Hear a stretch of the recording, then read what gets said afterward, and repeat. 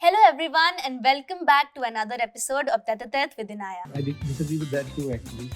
Everyone makes mistakes in life. There's a cliche, baap baap hota hai. A sneak being used as a murder weapon. The people we trust most intimately are often the ones who also end up defying us or cheating us. A bomb was planted in my house, but the political bosses want you to move in another direction. We were moving in the direction of the real killers. On the show today, I have with me a celebrated award-winning and best-selling father-son duo who are also known as India's favorite crime writing duo. Aloke Lal sir and Maanas Lal. Aloke sir, a former DGP of Uttarakhand, a gold medalist IITian, a noted author, a TEDx speaker, and he's also a painter and photographer. He has received 2 medals from the President of India, one for long and meritorious services and other for distinguished services. Even in the time of his most challenging postings, he kept his love for the fine arts alive by holding painting exhibitions and writing newspaper columns. And right next to him is his son, the multi-talented Maanas Lal, whose list of achievements are just as long. He's a painter, digital artist, photographer, musician, and a TEDx speaker. A software engineer who has worked for Infosys, he has used his expertise in technology to develop a unique style of digital painting. He loves teaching, and his soft skills workshop are regularly featured in India's leading schools and professional institutions. He has been conferred with several prestigious awards for his contributions to art and culture. He's also a state-level sportsman.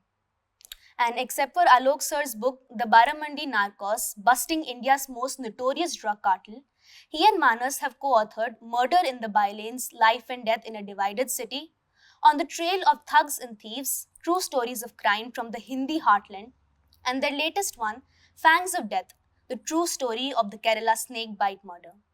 Thank you so much for joining me on Tête-à-Tête with Inaya today. Thank you for calling us. Thank you, Inaya. It's a pleasure to be here. So Alok sir, you've served with distinction in the Indian police force for over 3 decades. So are all your books based on the cases you've encountered or solved in that time? All but the last one.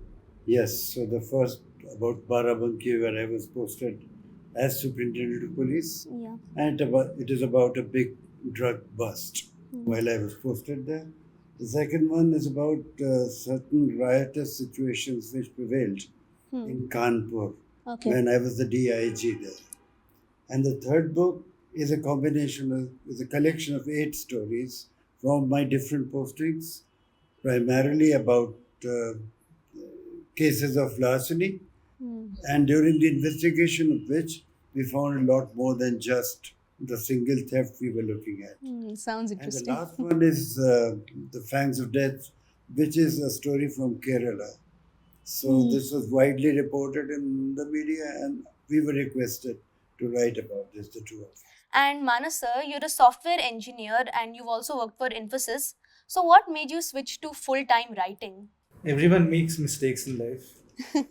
So I did one by doing engineering. But jokes apart, I think engineering is the one place, the one school, which makes you realize your 2 passions in life. Yeah. You feel so suffocated sometimes in a work environment that you want to go and finally fulfill your dreams. So I realized that my dreams were elsewhere in more artistic pursuits. And so writing was actually the last one of them in terms of writing books. Yeah. I was a painter first and then an author later. So it started with painting, then I branched into photography, and finally, with my co-author, I started writing books, and I'm also writing some solo projects. So it's Yeah. been a very interesting switch.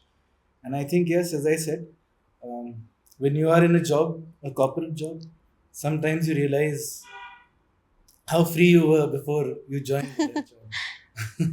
So I sought freedom, and I sought it in an artistic way. That's like me joining back for another year of school. I enjoy the month before school starts again. It's like so liberating. I'm reading the whole day and then school starts. Did you tell about music? That you learned music, classical music? Yes, that too. I think that's very important. Music is one of the most important parts of my journey. I Yeah. often feel that if music was not there, nothing else would have been there. You're very in the performing So arts. listening to music and singing. I've also occasionally done theatre. Mhm. So I've always dabbled in the arts. Yeah. But I had no idea that one day we'll actually come out with books and I'll release songs professionally on YouTube and other platforms. So it's been a very good and beautiful journey. Yeah, so currently your books have been co-written with Sir. So how is it? How do you feel like writing with your father? And is it interesting? Is it difficult? There's a cliche, "Baap baap hota hai," which is absolutely true. It's not easy writing with one's father, at least initially, because you're so absorbed in the dynamic of a father-son relationship Yeah. that to suddenly become a co-author and to have an equal footing in something is not easy. But luckily, he made it easy for me. He was very accommodating of what I thought when it came to his writing. And the editing used to get a little nasty. We often had our disagreements, and luckily we had a peacemaker in the form of my mother at home. And now I am married, so we have two peacemakers at home. Yeah. So luckily we have two bridges between our islands of thought, and that is what keeps things together for us. Yeah. But it's been a journey which started off maybe with a few disagreements, but now Yeah. as time has gone by, and we are 3 books old, we seem to understand each other much better as authors and also as human beings. Yeah. And Alok sir, what are your views on the same? See, I owe my writing to him in a way because I used to write for magazines and Yeah. newspapers. Mhm. And this started very early in my life, actually, in my school when I wrote for the school magazine. Yeah. But then writing a book was something of a challenge which was not easy to accept because it takes a lot. Mhm. So he was the one who got after me. My wife was telling me for ages that you must write. I was writing but not books. So graduating to books, writing 60,000 words for just Yeah. one subject Yes. was a challenge which I took thanks to him because one thing that he assured me was that you will definitely get a publisher. I said, well, after all that hard work, if you don't get anybody to publish what you have written, it will be futile.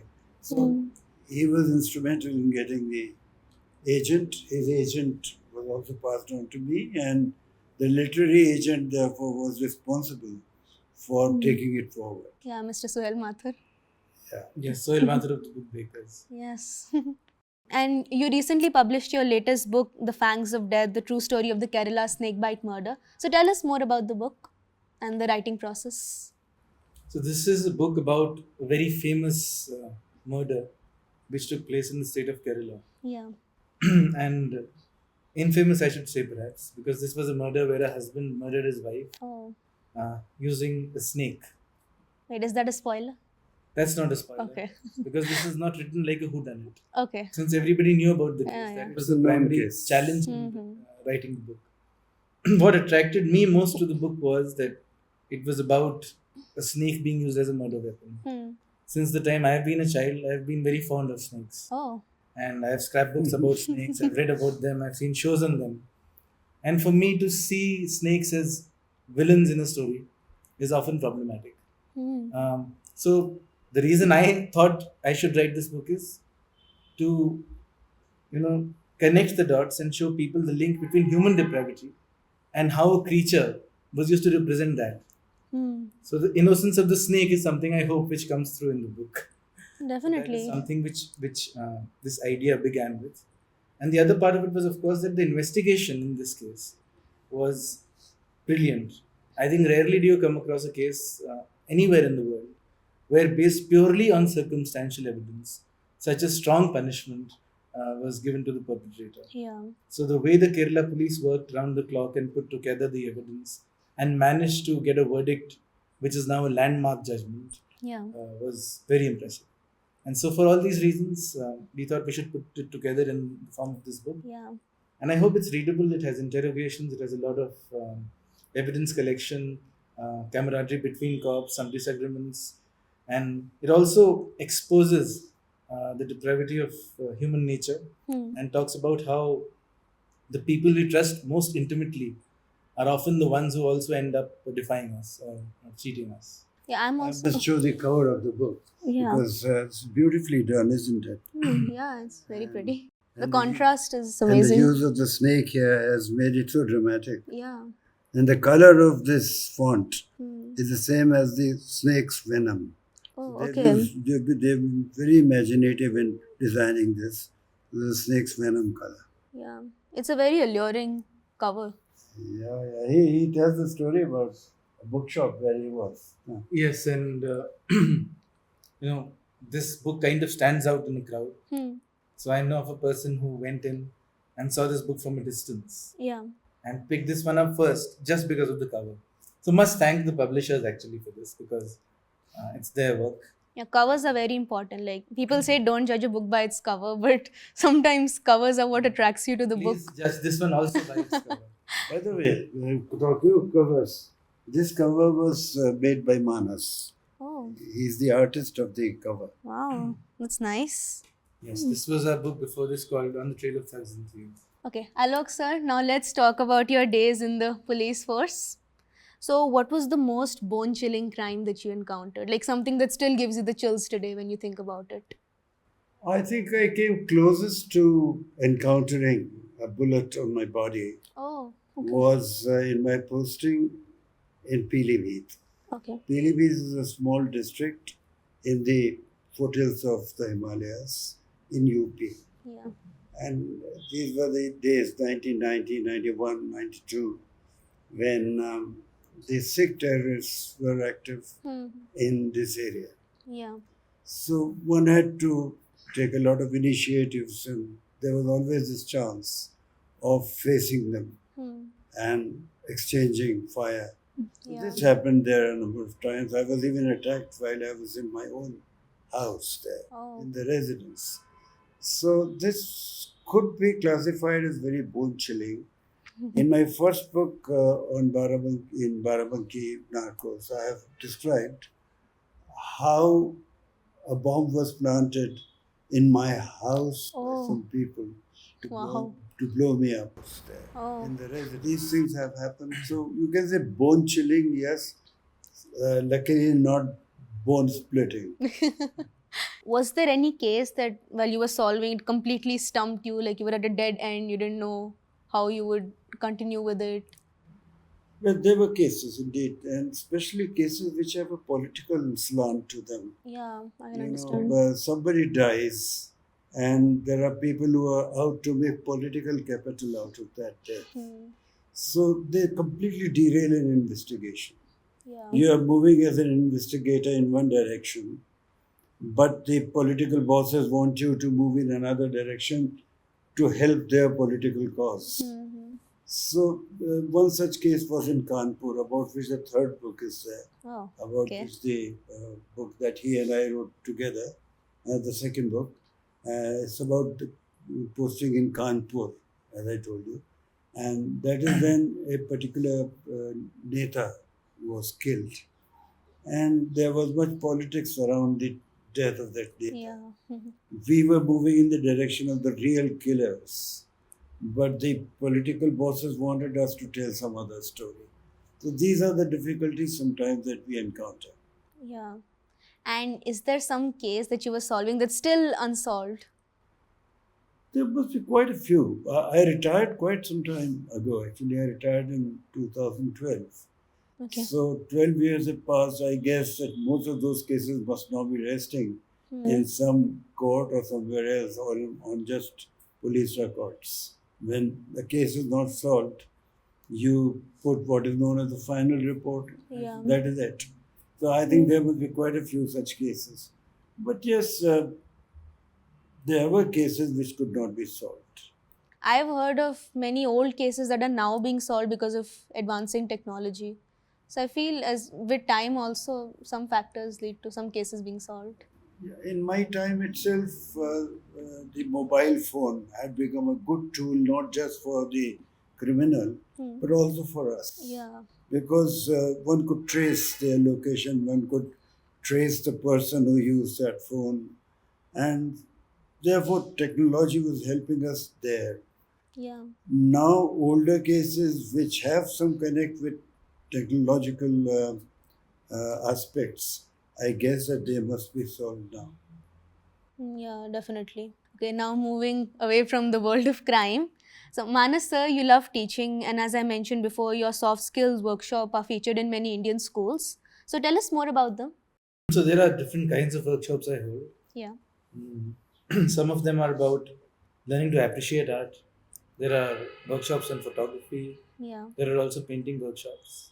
And I have a style of teaching where a lot of teachers don't like me because I take students out of the classroom and I let them do what they want to do.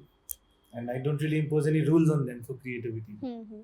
So it's an open learning atmosphere where Yeah. I talk about what I have learned in this journey because I'm not a trained artist. Yeah. And so I don't believe in confining them to within any walls of training. I'm self-taught as well.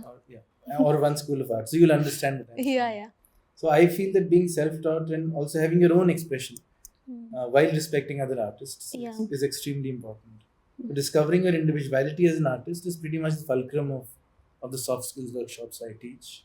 And for those workshops which I hold in the Lal Bahadur Shastri Academy in Missouri, where probationers of the IAS, IPS, and IRS are trained, those are workshops which center around photography and also public speaking. Nice. That sounds nice. Okay, and Maanas sir, you recently got married. Congratulations. Thank you so much. Thank you. So, and your wife is also an author. Any Yes, she is. plans of collaborating with her on a book? Who knows? It's just been 6 months of marriage, so I don't want to take any risks so early on. But I'm sure that will happen in due course. Definitely. And, she's a very good writer, and she has a style of her own, which I really enjoy. And for me to, co-author a book, it'll take a lot because I'll have to change. I think make some changes in my style, Okay. and once I'm able to do that, then I think I'll be capable enough to write a book. And both of you are based in Dehradun, and of course, your books are primarily are first sold in Dehradun, and then they move on to other parts of India. So, what do you think about the reading culture in Dehradun? Dehradun is ahead of many cities also in this respect. By the way, the books that we publish are published by people from outside Dehradun. Yeah. So it is not as if Dehradun is the first market. But Dehradun has a number of authors, Okay. starting with the great Ruskin Bond. You can Yeah. name, you have many others, Stephen Alter, for instance. We have Ganesh Selly. We have Edmund Atkins is here. And others as well. Alan Seeley. Alan Seeley lives here in Dehradun. So we have a number of authors in this city, small town as it is. We are lucky to have them around us. So I guess that the good schooling of Dehradun helps. Yeah. Reading becomes a habit early in life. It's rarely so that somebody develops a habit of reading late in life. Normally it begins very early. Maybe it began for you now or a few years ago. I've always been into reading. Like Yeah. when I was younger, I used to eat food while flipping through magazines. Yeah. So reading's always been a huge So, part of my life. Exactly. So that's what I'm saying, that people who become readers start early in life. Yeah. And so if Dehradun has good schooling here, very good schools are some of the best in the country. So students there are, I'm sure, encouraged to go to the library, get their books and read. So I think this should start then and should grow up into a habit for a lot of them. Yes, we have a lot of people who react to our books within Dehradun. Yeah. And so that helps. And people call us and tell us that how they like the book. For instance, in a town of similar size in UP, possibly in most of the towns in UP, we will not be able to find readers. Yeah. Especially in the language that we have so far been writing in English. Yes. Because English is a medium which is not very popular in many parts of the country. Yeah. So we are lucky to be in Dehradun in that respect. How do you think the overall reading scene in India can be improved? As I understand, it is sinking to some extent. It's going down. Especially because the printed book is no longer preferred. A lot of people would like to read on the tablets and such other places. Kindle. I'm guilty of that as well, but it's only because it's so easy to read on a Kindle. I know. Yeah. I'm not complaining, but even Kindle is reading. Even Kindle books are our books. They go there. These books are also And they're been easy to carry. I have my Kindle in my bag right now. right now. Yeah, that is true. You don't have to carry 100 books all the time. So it's always useful to have technology coming for such things. But my own feeling is that the availability of tablets and availability of smartphones and such other things has taken away readers from hardcore books. Yeah. is my feeling. I slightly disagree with this, sir. Okay. I feel that readership has gone up. If you look at statistics, pure statistics, Okay. readership has gone up. It's about what people are reading. And I wonder if I should say sadly, but there are certain genres which are extremely popular. For instance, self help.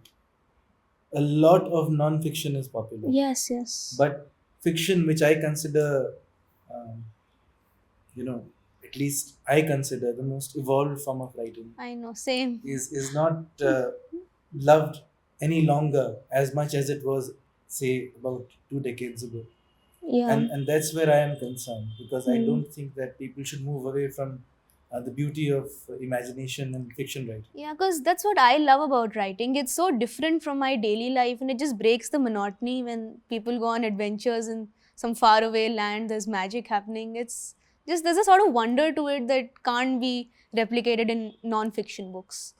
Yeah, I disagree with that too, actually. Okay. So I write non-fiction, Of and course. I believe that when you do write non-fiction, there is a lot of fiction reading and writing which you need to understand and also put in in a non-fiction book. Otherwise, it starts reading like a police report or an information, a piece of information. Yeah. So to make a book readable, you need to understand fiction and you need to be a reader first. That's how I think. So unfortunately, the style of readership, in terms of what people pick to read, has Yeah. changed substantially. As far as Kindles are concerned, I think that's a very big advantage, because of Kindle now, a lot of people have restricted space in their homes, Yeah. so they can't really stack more than a few hundred books.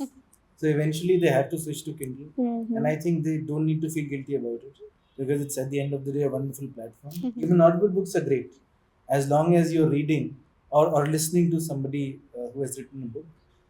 I think you are doing great justice to the writers community. Yeah. Talking of the mobile phone, that's where I see a bit of a problem, because short form content has become very popular. Yeah. So the patience for reading a long book in particular has gone down completely. So the moment anybody sees a thick book, I see a lot of people saying, "This is too much for me. 400 pages is way too much. 600 is impossible." That's actually nothing, if I'm being honest. If the book is interesting enough, I think the number of pages don't I agree matter. with you. I was Just reading this flies book by. called A Little Life the other day, and it's around 1,000 pages, and it just goes by in like 2 or 3 hours or so. You can really breeze past it. 2 or 3 hours is speed reading, so no, not like that. Still, you can read it in a day, and that's not how people think any longer. So anything above 200 pages, which doesn't grip them immediately, becomes difficult to read, and that classification disturbs me. Talking of non-fiction and fiction, as you mentioned in his answer, we are both very keen to write fiction. But right now, the publishers are not too keen on fiction. Yeah, I've heard of that. So we are being followed by the publishers to write on true crime, for instance, because of my background in the police. Yeah. But because we want to write fiction, we are working on fiction plots also. And those books are also in the pipeline. But then when we have to meet deadlines with these books, a lot of that goes back in the burner. But I feel true crime is very similar to fiction in a way. Because, in true crime, you're telling a story about how something unfolded. And I feel fiction has a lot of that same allure, doesn't it? Fiction and non-fiction are both stories. Actually, in one case they are true, Yeah. in another case they are not. And when we are writing, as Maanas was also mentioning, when we are writing these books, we know, as he said, that they cannot be police reports, they cannot be government reports. Yeah. They have got to be made interesting. So the fact remains that with the kernel of truth being what it is, around that we build a story. Yeah. We tell the true story, adding a little spice to it. Yeah, that's what non-fiction is about, isn't it? And of course, both of you are artists as well, if all that wasn't enough. So tell me more about it. Like, what's your style of painting? What kind of paintings do you like, enjoy? So I work in different mediums. Digital painting is one which you mentioned in the introduction, Yeah. which is a combination of traditional painting and some digital work. Hmm. This is a unique style that I kind of started. So that gave me a first mover's advantage, because of which I found a lot of collectors.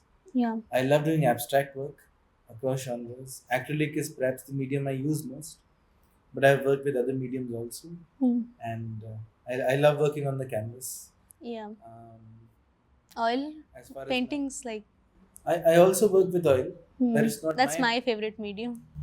I'm glad to hear that. I really actually enjoy viewing paintings by masters from yesteryears who work specifically with oil paints. So whenever I'm traveling and I have time to visit a gallery, I make sure that I do that.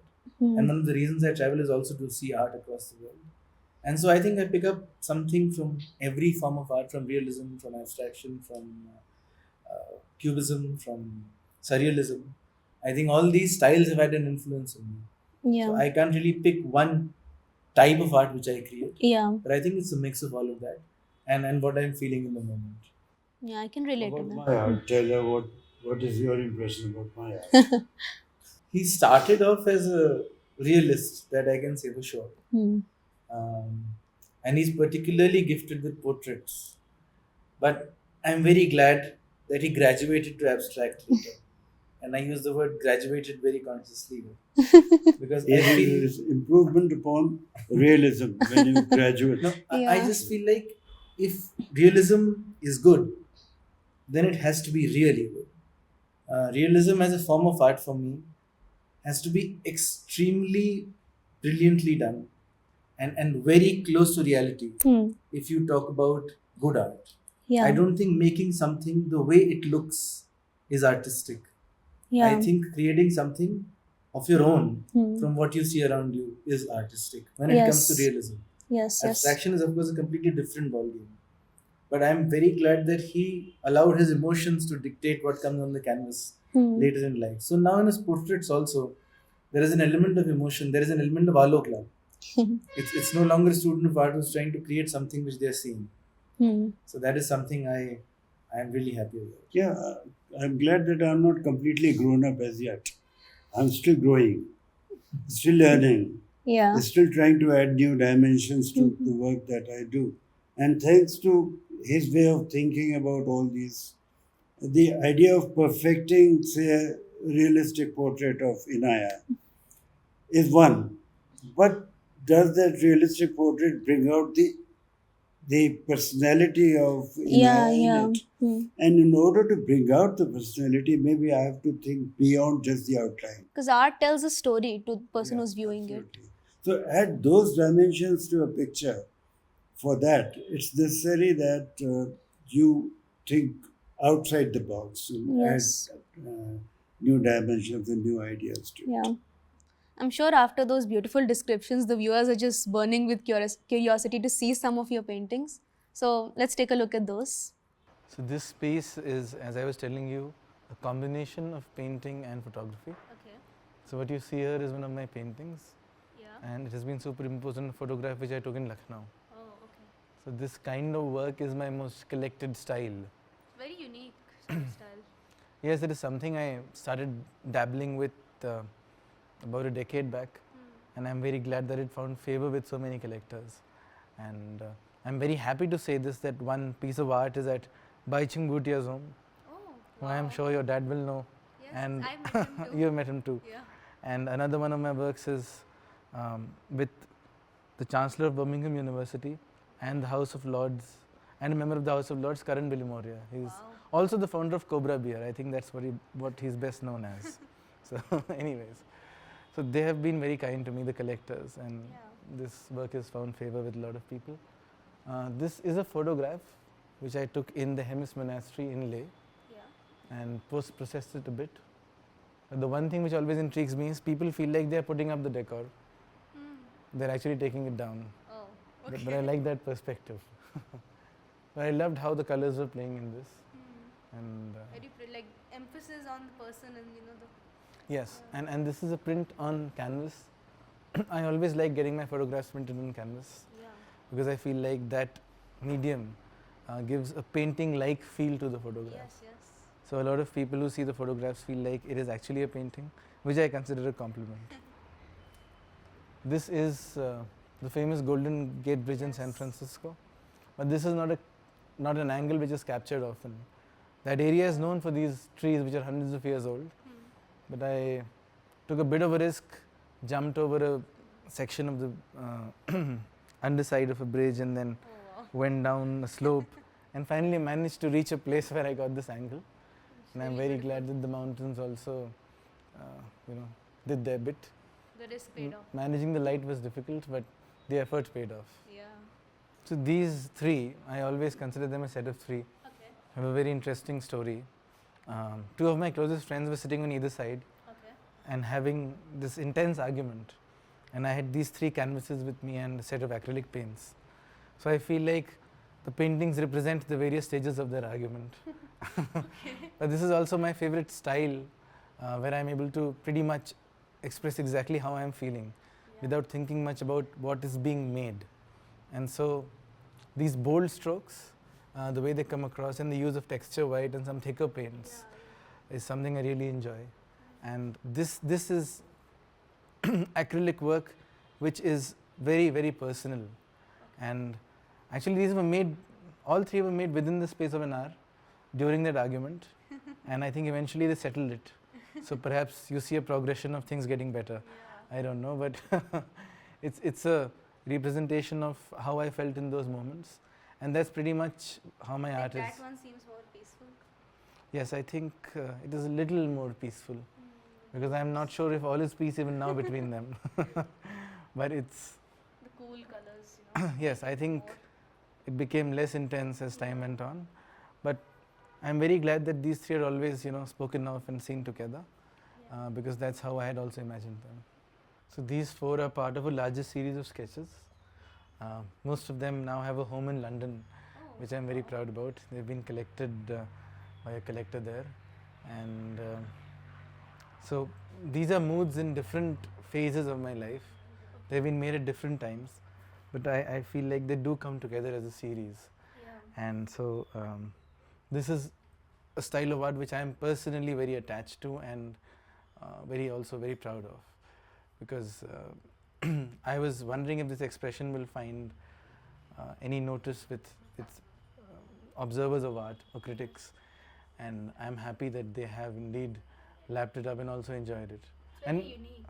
Yeah, I'm glad you say that, because it has been also critiqued by some, and so it's not uniformly loved, but it definitely feels very close to my heart. This one, I'm not sure how to describe, because I just started painting on a canvas, and then later these trees which look like sal trees began to appear. And I think living in Dehradun and being surrounded by this kind of vegetation is where the inspiration comes from. So this was actually the first in a series of 3 paintings. Two of them are now no longer with me. They were purchased by the Oil and Natural Gas Corporation. So they have them very prominently displayed. But this one is still with me, and I'm glad it is, because now this feels like home. This was made on the day of the Paris attacks, the Paris terror attacks. And I was in a very sad frame of mind after what had happened. And so this representation of the Eiffel Tower and what happened around it is what came to me naturally on that day. You feel the emotions, the red, the blue. It just paints that sort of feeling in your head that's not something happy. Yes, You instantly gather that. I have been often told that sometimes I make very depressing paintings, but It's a depressing topic. it's a depressing topic, and I felt very strongly about what had happened. So it just naturally came out of the brush that day. This is from a series of digital work, which is all built around a whirl of time. And so this is also from that series. These are iconic places in the world which I have represented in my own way. This is the Central Station in New York. This is the Central Square of Amsterdam. And then there are other cities also which I have given this feel and look. It almost gives a time travel sort of feeling, like a wormhole. Yes, that was the intention, and I'm glad you said that. This work has been done by my father, but the reason I want to talk about this is because this is quite an experiment. It's a combination of ink and acrylic, Okay. which is not very commonly used, and now it's a few years old and it has stayed. So I think we can finally begin showing this to our collectors. But this is something which is usually not done. Yeah. So drawing ink on acrylic and canvas is not usually used. I don't know if anybody else has used it, as a matter of fact. I've used oil paints and acrylics together, so it's... Oil and acrylic, yes. That's also pretty interesting. But this is drawing ink with acrylic, and it has stood the test of time. Yeah. So I'm very happy about that. All these are also acrylic paintings. This one has a little bit of a sad story. Oh, This was sanctioned by a couple in Ukraine, okay. and the husband wrote a mail to us saying that I want to give something to my wife on our anniversary, and then the war took place, Oh, and so since then I've not been able to get in touch, how sad. and I don't know whether they are still around or not. So such are the times we live in, and I don't know which paintings to walk past and which ones not to, but let's come to this wall now. They're all great. Thank you so much. And this I particularly enjoy because I painted this live in a demonstration I was having at a mall, Okay. and this young girl, she just walked up to me and started painting with that blue color in the corner. Oh, So I thought I'll use it, and I kept working with her, and she was very happy with how this happened. yeah. So if you notice, I'm yet to put a name on the canvas because I'm still looking for that girl because she is my co-artist. So this is by a Kashmir-based artist Okay. called Amir Wani, and I'm very proud to have this piece because I've always enjoyed his work, Yeah. and so the fact that I have one piece of his which I can perhaps tomorrow display properly or give its due importance is something I feel very glad about. I think it's very important for artists to collect work of other artists Yeah. also. These two are extremely important landmarks in my artistic journey.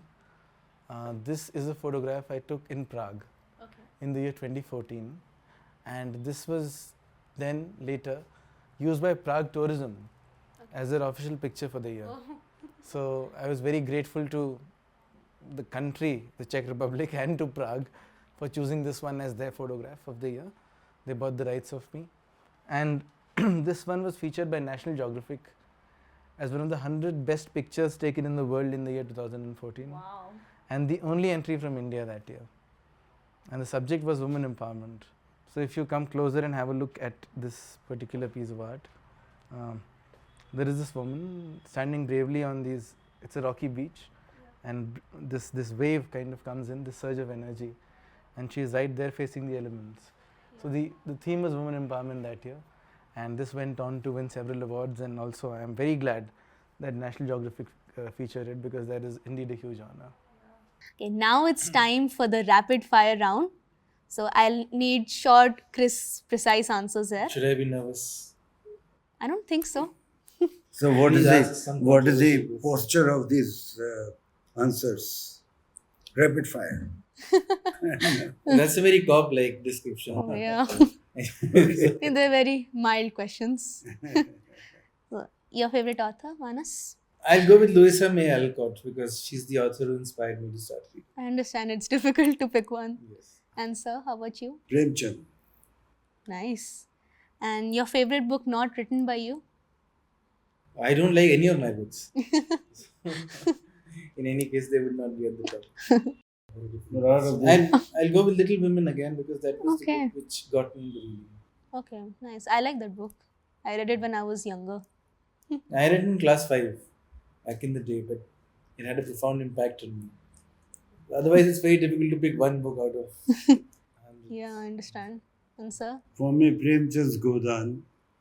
And I also love The Discovery of India by Nehru, one of my favorite books. I am actually a big fan of Hindi films. I'm kind of drawing a blank. Can you think of a film I really love? You like Chandigarh and Garia? You like Favorite Hindi film Hindi of all film? time? Abhiman. You also liked this film with Heather is my favorite Hindi film. Heather. Heather, okay. And sir, for you? So I think the all-time favorite movies are two. I can't say one. The first is Ardha Satya, Okay. and the other is Chalti Ganam Gadi. All right. I haven't heard of either of those. None of the two. No. You must see these films. You are a All right. sensitive person. You are yourself a writer and a creative person. Yeah. These two films will really appeal to you. All Old right. they are, but wonderful. But not dated for sure. Okay. So apparently another tricky question. Your favorite English film? I'll go with Titanic. I always love it. Another classic, sir. I like this Pink Panther series. So I Okay. like those films on Pink Panther. So The Steve Martin series. yeah, All right. Steve Martin is the hero in that. They are comedies. Have you seen them? I don't think so. Must see, must see. Absolutely rip-roaring. They are wonderful. Favorite Hindi song? I think it's Tere Mere Milan Ki Rehna from Abhiman. Okay.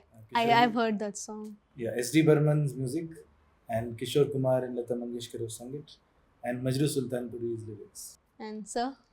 Well, it's such a difficult question. I must say that they will be my most favorite songs, numbering about 1,000. So, if I have to pick out just one of them, it will be a song which you don't know. Okay. Okay? Tere bin sune nain hamare.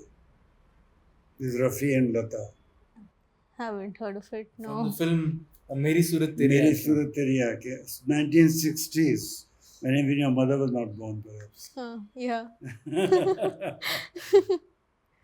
I don't watch many old films. Like I've seen old English films quite a bit, but not Hindi as such. I enjoy Bollywood today, but yeah, I don't think I've seen Gumnaam. Gumnaam had some good songs too. Yeah, that initial song where they're in the forest. Yeah. Gumnaam hai koi. That is. Yeah. So, Badnaam. I relate that song to so many fantasy books, especially Hunger Games. Like I hear that playing while Hunger Games are going on. Okay, and the last question: your favorite English songs? I Will Always Love You by Whitney Houston, and My Heart Will Go On by Celine Dion. Your favorite film was Titanic. So. And yours, sir? I like an instrumental a lot, and it's very old again, come Yeah. September. All good suggestions for the viewers and for me. Okay, and that's the end of the rapid fire. And that leads me perfectly into the next segment of the show. So, Maanas, everyone knows, I know you're a good singer. And a Tête-à-Tête of Inaya episode can't be complete without a song. And since you sing so well, you have to sing a song for us. Say no to them also. So this is just for the show then. Of course. Okay, I'm singing a Kishore Kumar song. All right. That's my go-to song. Perhaps another song I could have considered a favorite of all time. All right.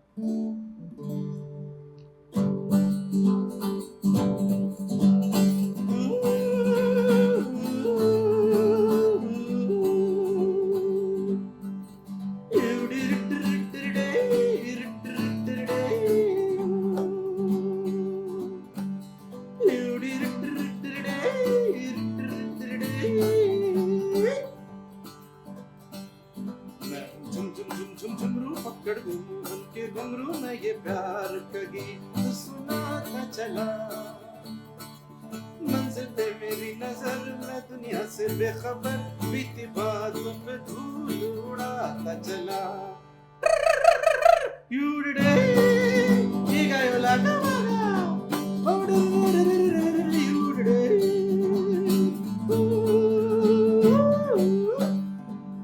झुम झुम झुम झुम झुम रू पकड़ घुम के घुमरू चाल सीने में हर किसी के लिए मुझको प्यारा हर इंसान दिल वालों पे हूँ कुर्बान जिंदगी है मेरी जिंदगी के लिए युडे ये गायो लागा युडे